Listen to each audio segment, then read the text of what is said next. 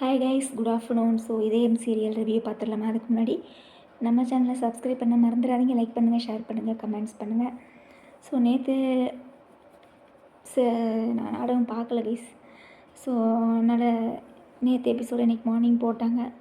அதையும் அப்புறம் இன்றைக்கி நடந்ததையும் சேர்த்து நம்ம ரிவ்யூ பண்ணிடலாம். ஸோ நேற்று என்ன நடந்தது அப்படின்னா, பாட்டிக்கு டவுட் வந்திருக்குன்னு நினைக்கிறேன், கரெக்டுங்களா? அப்புறம் மித்ராக்கிட்டேயும் நந்தினிக்கிட்டேயும் போய் சமைச்சது யார் அது இதுன்னு கேட்டிருப்பாங்களாட்டிருக்குது. அப்புறம் நம்ம கண்ணாடி பாட்டியும் பாரதியும் நின்று பேசிகிட்டு இருக்கிறத நம்ம லண்டன் பாட்டி கேட்டுருச்சு. அதுக்கப்புறம் மீனாக்கிட்டேயும் கூப்பிட்டு விசாரிக்குது. அப்புறம் சுதாகர் வந்து மீனாவை அடிக்கிறாப்புல. அப்புறம் அந்த பாரதிக்கும் ஆதிக்கும் ஏதோ சம்மந்தம் இருக்குன்னு சொல்லி அந்த பாட்டிக்கு டவுட் வந்துருச்சு. அப்புறம் ஏதோ வேலையால் வந்து ஆடிட்டு ஃபைலில் வந்து சைன் வாங்குறதுக்காக ஆதிக்கிட்ட வர்றாப்புல. அப்போ பாரதி வந்து காப்பி போட்டு கொடுக்கும்போது, காப்பி ரொம்ப டேஸ்ட்டாக இருக்குது, இந்த மாதிரி டெய்லி காப்பி குடிக்க நீங்கள் கொடுத்து வச்சுருக்கணும்னு சொல்லிகிட்டு இருக்கையில் மித்ரா வந்து அந்த வந்த ஆளை அடிச்சு போடுறாப்புல. அடித்த உடனே நந்தினி இதை வந்து வேடிக்கை பார்த்துட்ருக்கா. ஸோ உடனே மித்ராவுக்கு போய் ஐடியா கொடுக்குறா. என்ன அப்படின்னா, அந்த மாதிரி உனக்கும் ஆதிக்கும் கல்யாணம் நடக்க போகிற டேட்டை வந்து ஆஃபீஸ் ஸ்டாஃப்க்கு வந்து அனௌன்ஸ் பண்ணணும். அதுக்கு ஒரு சின்ன கெட் டுகெதர் மாதிரி நீ அரேஞ்ச் பண்ணணும். அதுவும் வந்து பாரதிக்கு வந்து ஒரு ஸ்லிப்பர் ஷாட்டாமா, நம்ம தமிழில் செருப்படின்னு சொல்லுவோம் இல்லைங்களா, அதை வந்து அவங்க நாசுக்கும் இங்கிலீஷில் சொல்கிறாங்க ஸ்லிப்பர் ஷாட் அப்படின்னு சொல்லி. அது மாதிரி பாரதிக்கு இருக்கணும் அப்படின்னு சொல்லிட்டு நேற்று நடந்த எபிசோடு வந்து சொல்கிறாங்க. ஸோ நேற்று நடந்ததை பொறுத்தளவு என்ன அப்படின்னா,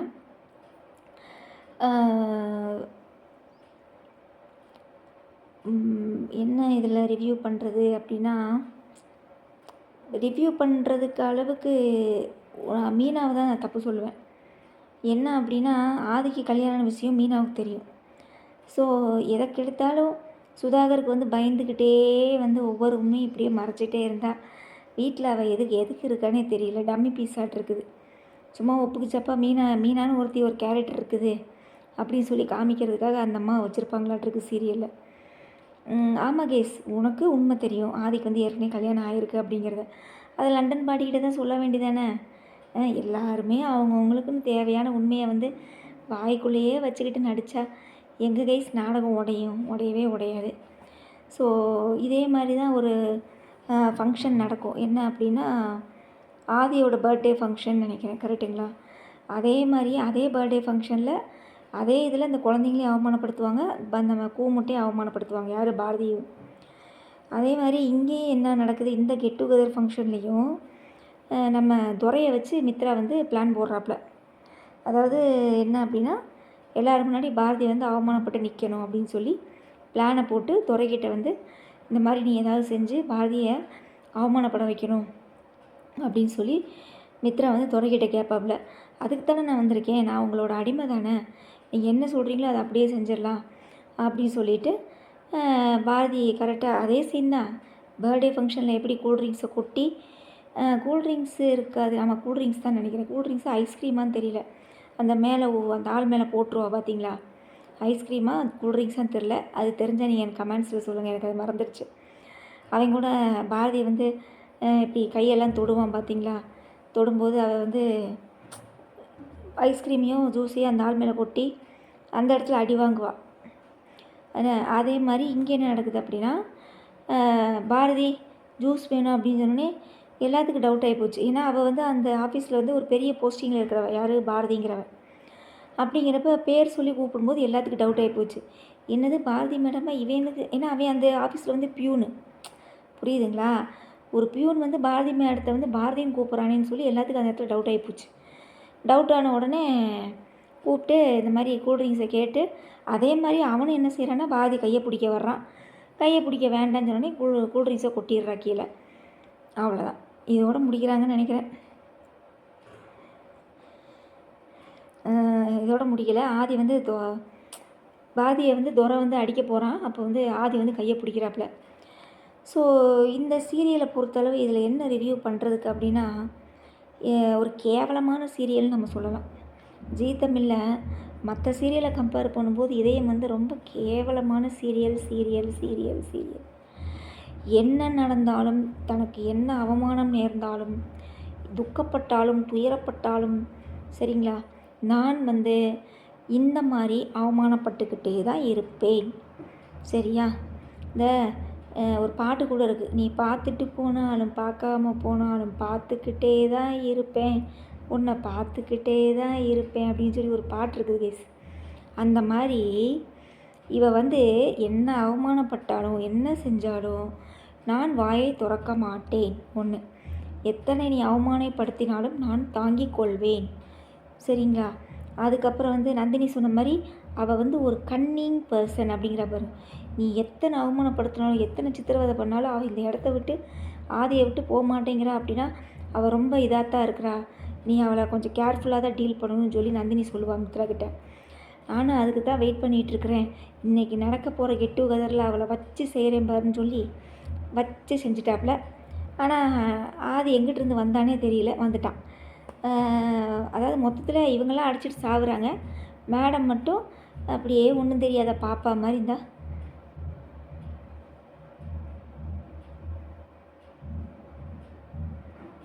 இந்த பொம்மை ஜவுளி கடையில் பொம்மையை வச்சுருப்பாங்க பார்த்தீங்களா, அதுக்கு வேணால் இவள் கரெக்டுங்க. அப்படியே பொம்மையாட்டம் நடிக்கிறா பார்த்தீங்களா, அதுக்கு வேணால் இவள் கரெக்டு.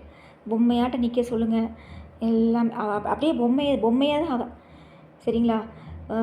மித்ரா கூட எவ்வளோ ஃபேஸ் ரியாக்ஷன், ஒரு கோபமானாலும் சரி சிரிப்பானாலும் சரி, எத்தனை ஒரு ஃபேஸில் ரியாக்ஷன் பாருங்கள். ஆனால் இவளுக்கு ஒரு ரியாக்ஷனுமே கிடையாது. மேக்கப் களையக்கூடாது, புடவை களையக்கூடாது, புடவை கசங்கிடக்கூடாது, அப்படியே செப்புச்சலையாட்டம் நடிக்கணும். மேக்கப் போட்டிருக்க மேக்கப் களையக்கூடாது மேடம்க்கு. ஐயோ சாமி. அப்புறம் வேறு என்ன, குழந்தைங்க வந்து சாப்பாடு கேட்குதாம்மா. அதே மாதிரி அந்த பர்த்டே ஃபங்க்ஷன் அப்படியே காப்பி அடித்த மாதிரியே இருக்குது இந்த சீன் எனக்கு.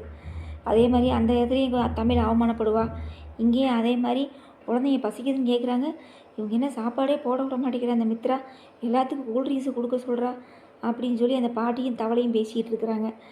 நடக்காத கல்யாணத்துக்கு இந்த மித்ரா ஏன் தான் இந்த ஆட்டம் போடுறாளுன்னு சொல்லி அந்த பாட்டியும் தவக்கலையும் பேசிக்கிட்டு இருக்கிறாப்புல. எனக்கு வர்ற ஆத்திரத்துக்கு பாடி தாண்டா உன் புருஷ கொண்டாட்டின்னு சொல்லி அதைத்தாங்க நாங்கள் எதிர்பார்க்குறோம் பாட்டி, அதைத்தான் நாங்கள் எதிர்பார்க்குறோம். உனக்கு கோபமெல்லாம் வருது, சரியான கோபத்தை உன் பாரதிக்காக நீ அடக்கி அடக்கி வச்சுக்கிட்டு இருக்கிற. சரியா? அவளுக்காகலாம் நீங்கள் யாரும் பார்க்காதீங்க, ஓப்பனாக ஓட்டு உடச்சிருங்க.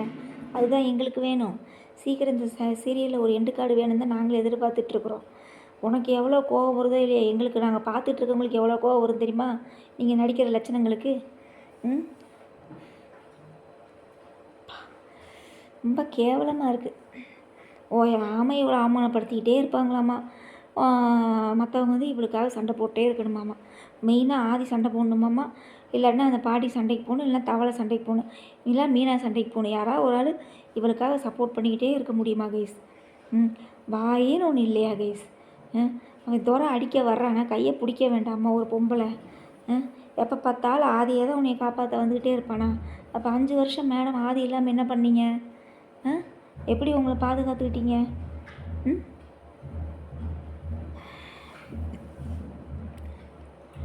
முடியல, கேவலமாக இருக்குது, ரொம்ப கேவலமாக இருக்குது. என்ன நாளைக்கு என்ன நடக்க போகுது, நம்ம இப்பயே நம்ம ஒரு ஜட்ஜ்மெண்ட் பண்ணிடலாமா நாளைக்கு என்ன நடக்க போகுதுன்னு? என்ன, இவன் வந்து அவமானப்படுவான், அவமானப்பட்ட உடனே ஆதி வந்து துறையை அடிக்க போவான். உடனே நம்ம பாட்டி எல்லாம் வந்து சப்போர்ட்டுக்கு வருவாங்க, யாரை ஆதியை திட்டுவாங்க. உடனே வந்து ஆதி டென்ஷன் ஆகி, ஒரு ஆதியாவது டென்ஷன் ஆகி வாயை திறந்தானா நல்லாயிருக்கும்.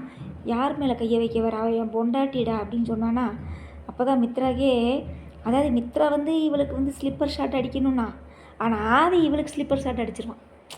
புரியுங்களா? அப்படி இருந்தால் ரொம்ப நல்லாயிருக்கும் கதை. அதாவது மித்ராவும் நந்தினியும் பாரதிக்கு செருப்படி விழுவுன்னு நினச்சாங்க. ஆனால் ஆதி வந்து துறையை கையை பிடிச்சி அடித்து, யார் மேலடா கையை வைக்க வர, அவன் என் பொண்டாட்டின்னு அவனே சொல்லிட்டான்னு வச்சுக்கோங்களேன். மித்ரா அந்த குடும்பம் லண்டன்லேருந்து வந்தாங்க பாருங்கள், இவங்க எல்லாத்துக்கும் பெரிய ஸ்லிப்பர் ஷாட். நம்ம அவங்க பாஷையிலே சொல்லுவோம், பெரிய ஸ்லிப்பர் ஷாட். ஆனால் அப்படிலாம் எடுக்க மாட்டாங்களே, பார்ப்போம் என்ன நடக்குதுன்னு தெரியல, வெயிட் பண்ணி பார்ப்போம். ஓகேவா? ஸோ மற்ற சீரியல் கார்த்திகை தீபம் என்ன கைஸ் 1 மணி நேரம் பண்ணிட்டீங்க. 1 மணி நேரம் பண்ணுறதுக்கு அந்த கதை ஒன்றும் ஒர்த்து இல்லையே. அப்புறம் வந்து முத்து பட சீரியல்லாம் முத்து படத்தில் அந்த பொங்கல் பரிசு காத்திருக்குதுன்னு சொல்லி வடிவுக்கரசி அம்மா வந்து சுடுவாங்க பாருங்கள். வடிவுகரசி அம்மாவா?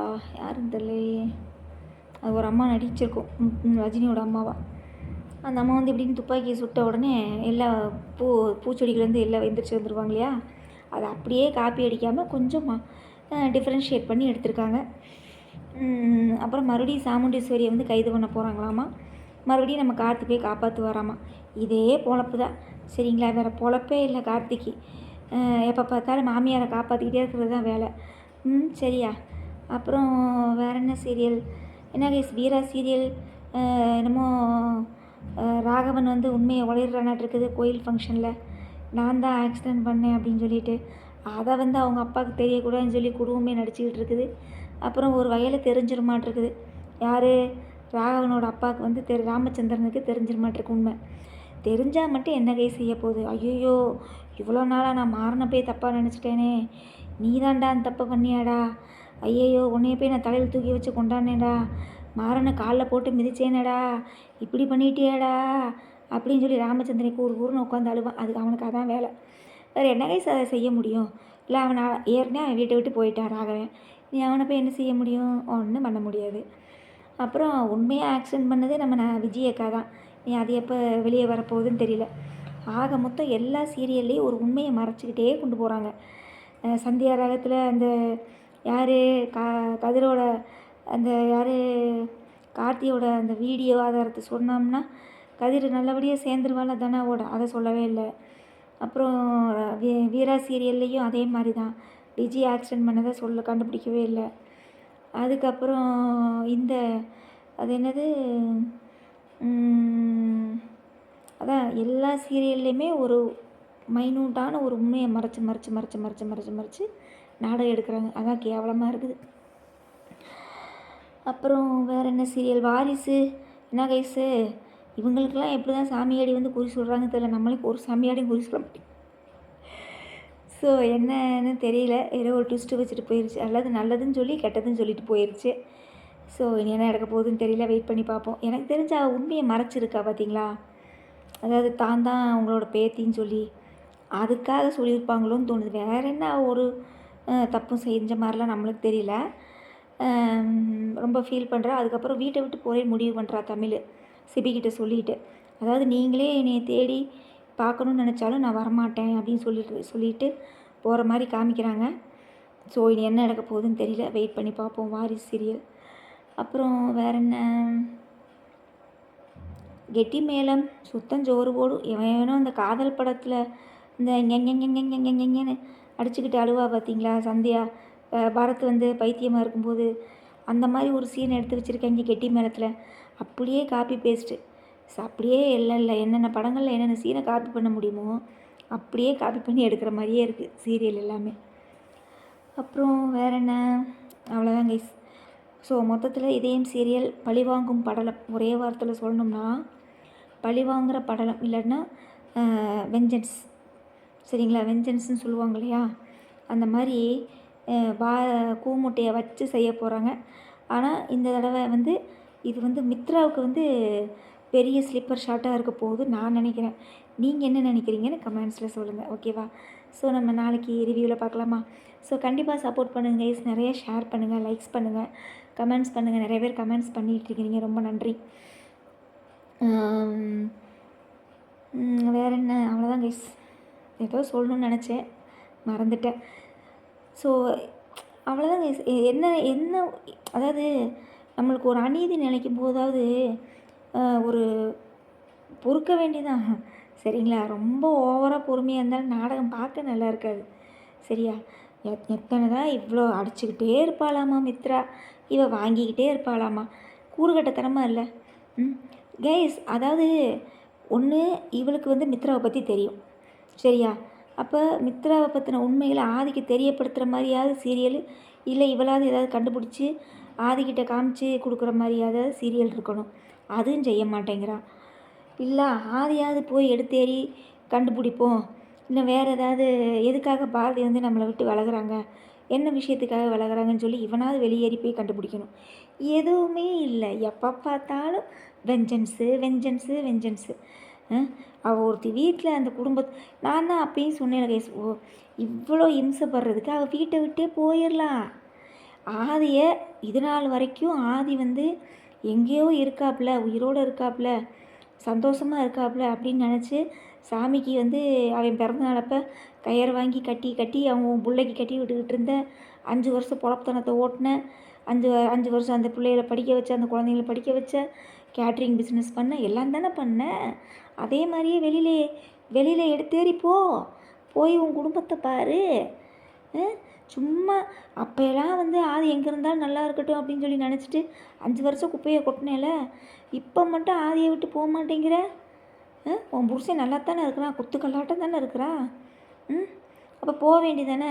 நீயும் இம்சப்பட்டுக்கிட்டு அந்த குழந்தைங்களையும் இம்சப்படுத்திக்கிட்டு எங்களையும் பார்க்குறவங்களையும் நீங்கள் இம்சப்படுத்துறீங்க பாருங்களா. இதை விட ஒரு கேவலமான சீரியல் எதுவுமே இல்லை.